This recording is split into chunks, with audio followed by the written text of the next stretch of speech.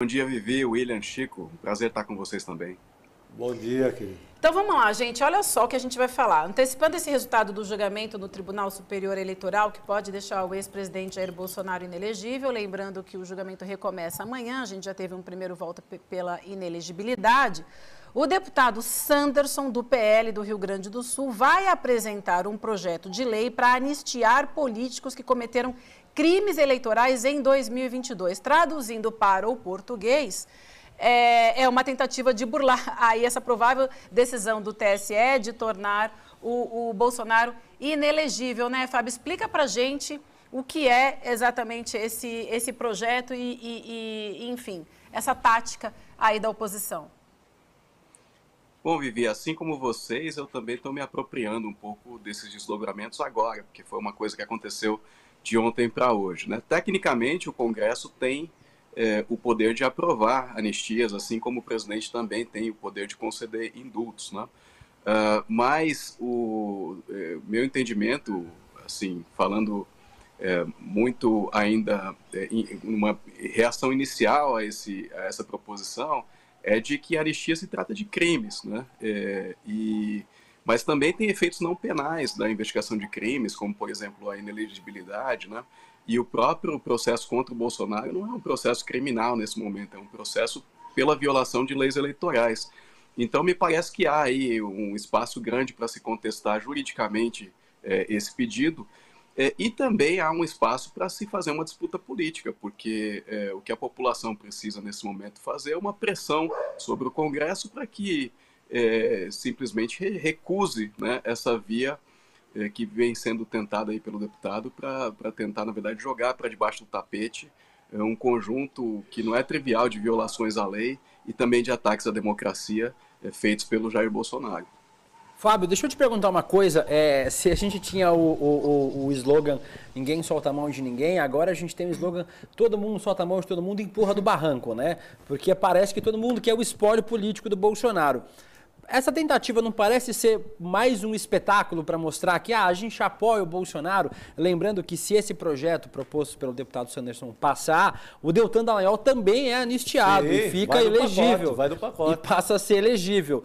Porque me parece que, pelo menos em parte da direita, existe essa compreensão de que uma direita menos fascista, levemente mais democrática, vou usar exemplos, ênfase no levemente, tá, gente, democrática, o Zema, o Tarcísio, outros nomes da direita seriam mais palatáveis e mais fáceis de tratar do que o próprio Bolsonaro?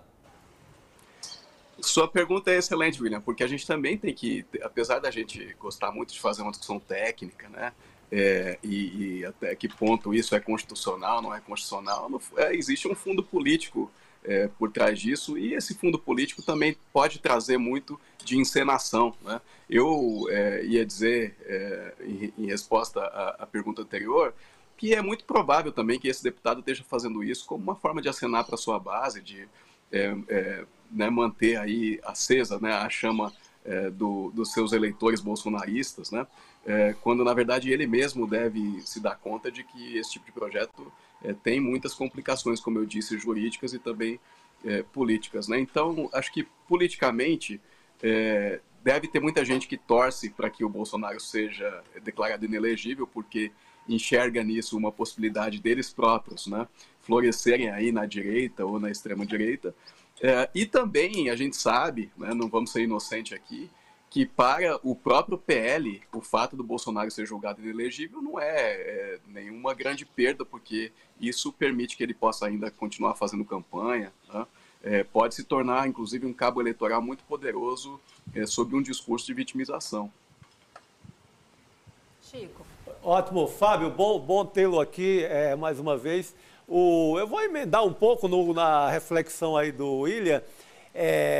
Nós temos um cenário agora de uma certa decadência do que foi o lavajatismo. Você é um estudioso do lavajatismo aí como um componente muito autoritário, né, que mudou a cena política do país. Você tem, assim como eu, esperança que pelo menos que a gente vai viver um cenário mais democrático, livre do Bolsonaro, pelo menos o Bolsonaro como candidato, isso já é um certo alívio. Você tem uma certa...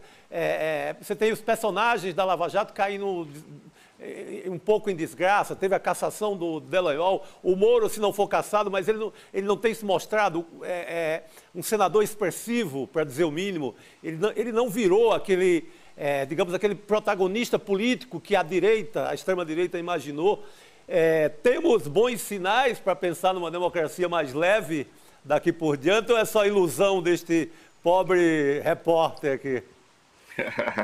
Com relação ao Moro, eu acho, Chico, que ele nunca foi esse ícone, né, político. Acho que mas foi feito, né?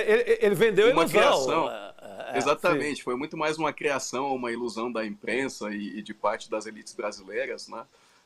Que tanto ele quanto o Dallagnol, né, eram vistos como esses grandes iluminados, sofisticados personagens com formação no exterior, né? Com um verniz, portanto, intelectual, mas bastou, né, que começassem aí a se expor na vida política para que ficasse claro, né, que não correspondiam a esse ideal. Mas eu tenho dito, Chico, desde, na verdade, do 8 de janeiro, né, que ali se abriu uma janela de oportunidades, não apenas para a esquerda.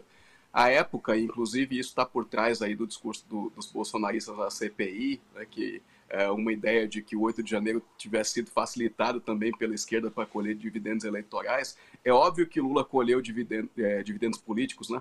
É óbvio que Lula colheu dividendos políticos porque ali houve um ataque à democracia, as instituições se uniram em defesa do mandato dele e em defesa de si próprias. Mas também se abriu uma janela ali para a própria direita se reconfigurar e colocar de lado, né, esses personagens mais extremistas e substituí-los por outros que pudessem falar uma linguagem um pouco mais próxima da democracia. E essa oportunidade continua no ar, né? Eu também, como você, espero que alguém agarre isso, né? A gente é um pouco órfão aí da derrocada do PSDB nesse sentido, né? Sim.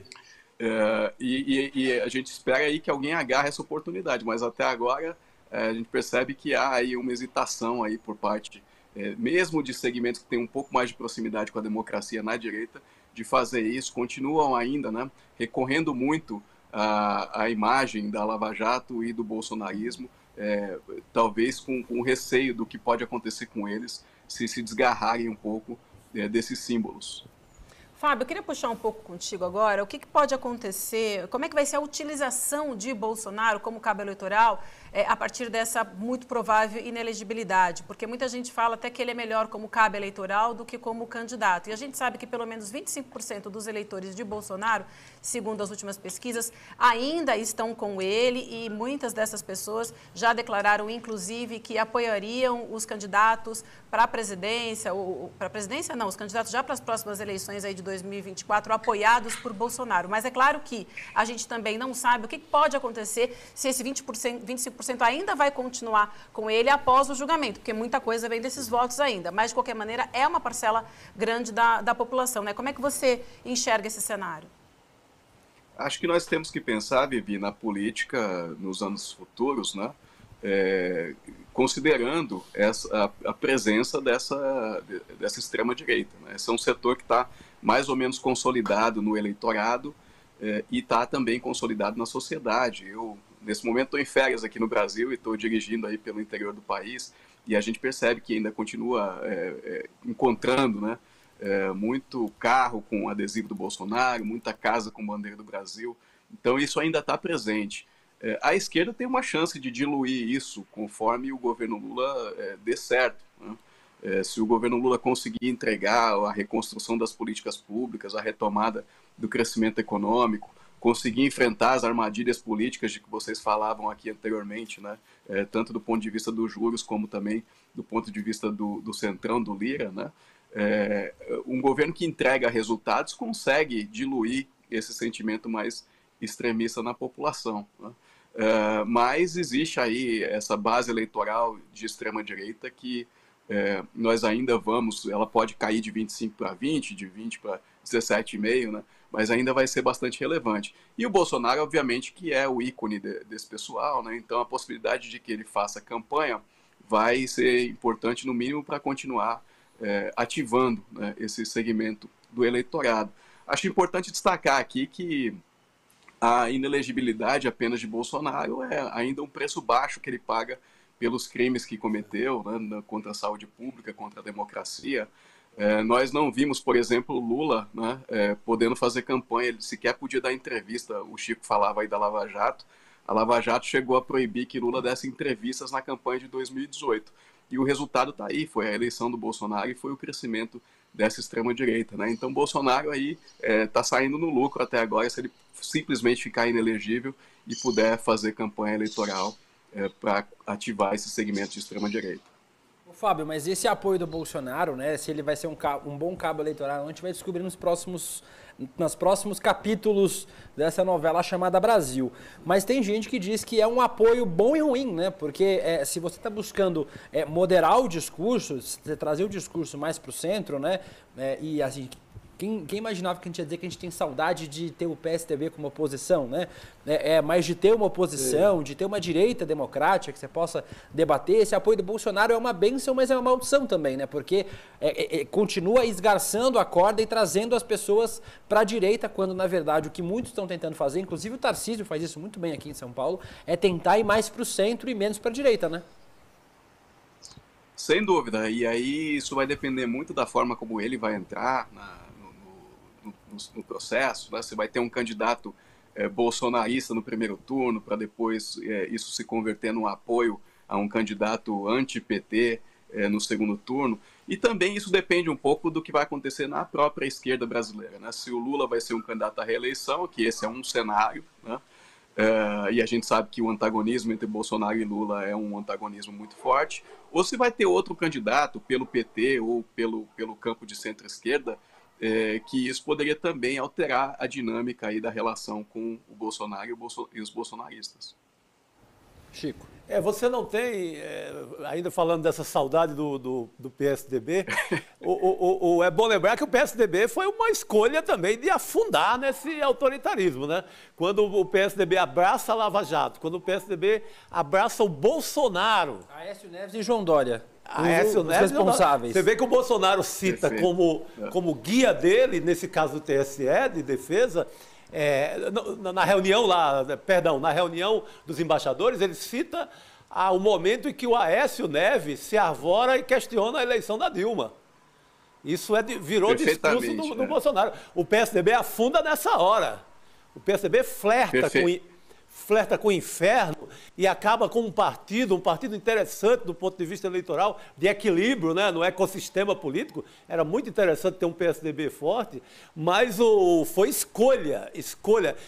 Vamos pro buraco, vamos ser autoritários, vamos esquecer Fernando Henrique Cardoso, vamos esquecer o grande Mário Covas, vamos esquecer um baita legado social-democrata e vamos afundar no Bolsodória. Quem lembra do Bolsodória, né? O Bolsodória tinha camiseta, tinha tudo. Mas a minha reflexão, Fábio, quem estaria mais habilitado para retomar um certo tucanismo das antigas ali? A gente tem o Leite no Rio Grande do Sul, que às vezes esquece, mas é um nome forte politicamente, dependendo de um novo governo dele, se faz um governo no Sul, volta a ser um ator político importante. A Raquel Lira, que é a governadora lá do Pernambuco, ontem, na segunda-feira, em entrevista ao Roda Viva, lançou o nome do Eduardo Leite como candidato a presidente. Eles têm feito uma dobradinha, até porque a Raquel sabe que a Raquel tem assim, muita dificuldade no governo, tem feito até agora um governo muito ruim. Então ela lança ali o Lira, o Lira, que Lira, que maldição Deus do Lira. Livre, o Leite. O Leite, é no L, mas é o Leite. Mas quem seria o ator? Você tem, porque quando eu vejo o Zema e o Tarcísio, eu não vejo como aquele PSDB, Fábio, aqui para o nosso balão de ensaio. Eu vejo ali como um pé mais no centro para a direita, tem ainda uma feição autoritária. Quem seria esse protagonista aí, recuperando um certo tucanismo civilizado, democrático e etc.? Primeiro, Chico, concordar muito com a sua avaliação, né, de que o PSDB foi um partido que se enterrou antes de tudo. Eu estou aqui em Brasília hoje e está acontecendo aqui o lançamento do livro do professor Fernando Limonge, Operação Impeachment, e eu quero ver se eu consigo participar, acompanhar, comprar o livro, pegar um autógrafo, dar um abraço nele. E eu estava escutando algumas entrevistas que ele deu e ele também localiza nessa recusa, né, do Aécio Neves de aceitar os resultados eleitorais de 2014 um ponto muito importante da inflexão autoritária que aconteceu no Brasil depois. Né? Você está coberto de razão em ressaltar o papel do Aécio em contestar as urnas, algo que ninguém tinha feito antes, né? E também do Dória depois, né, que alimentou o Bolsonaro para ser engolido pelo próprio Bolsonaro. O Bolsonaro virou a nêmesis do Dória. Né? Acho que a gente fala saudade do PSDB, ou que a gente tem uma certa orfandade, né, desse tucanismo civilizado. Esse espaço ele não precisa necessariamente ser ocupado pelo que restou do PSDB, como Leite ou Raquel. Né? E acho que parte da resposta a esse jogo também vai ser encontrada na forma como a coalizão que sustenta o presidente Lula, ou melhor, a frente ampla, né, que teve por trás da eleição dele, vai se comportar. Né? Então nós temos na frente ampla que elegeu o presidente Lula, Simone Tebet, né, que também é uma candidata que vem do MDB e que estaria aí à centro-direita do espectro político, mas com fortes compromissos democráticos. Temos o próprio Alckmin, que também vem do PSDB. Então, parte daquele PSDB, ou daquela centro-direita democrática, veio apoiar o próprio Lula. Né? E aí é preciso ver como isso vai se... essa geringonça que o Lula colocou de pé também vai se manter ou vai se dissolver no caminho para as próximas eleições.